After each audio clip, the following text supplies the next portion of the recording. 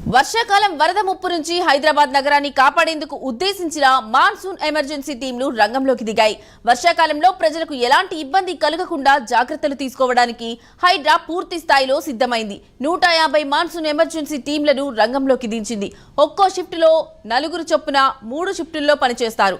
ఇలా 150 monsoon emergency బృందాల్లో మొత్తం 1800 మంది ఉంటారు. వర్షపు నీరు నిలిచే చోట 2 షిఫ్టుల్లో పనిచేసేలా 734 మందిని సిద్ధం చేశారు. వీరికి తోడు హైడ్రా డిఆర్ఎఫ్ బృందాలు కూడా పనుల్లో నిమగ్నమయ్యాయి. ఒక్కో టీంలో 18 మంది ఉంటారు. వర్షం ఎప్పుడు పడినా అప్రమత్తంగా ఉండాలని కమిషనర్ ఏవి రంగనాథ్ సూచించారు. ప్రజలకు ఎలాంటి ఇబ్బంది కలగకుండా చూడాల్సిన బాధ్యత ఉందన్నారు.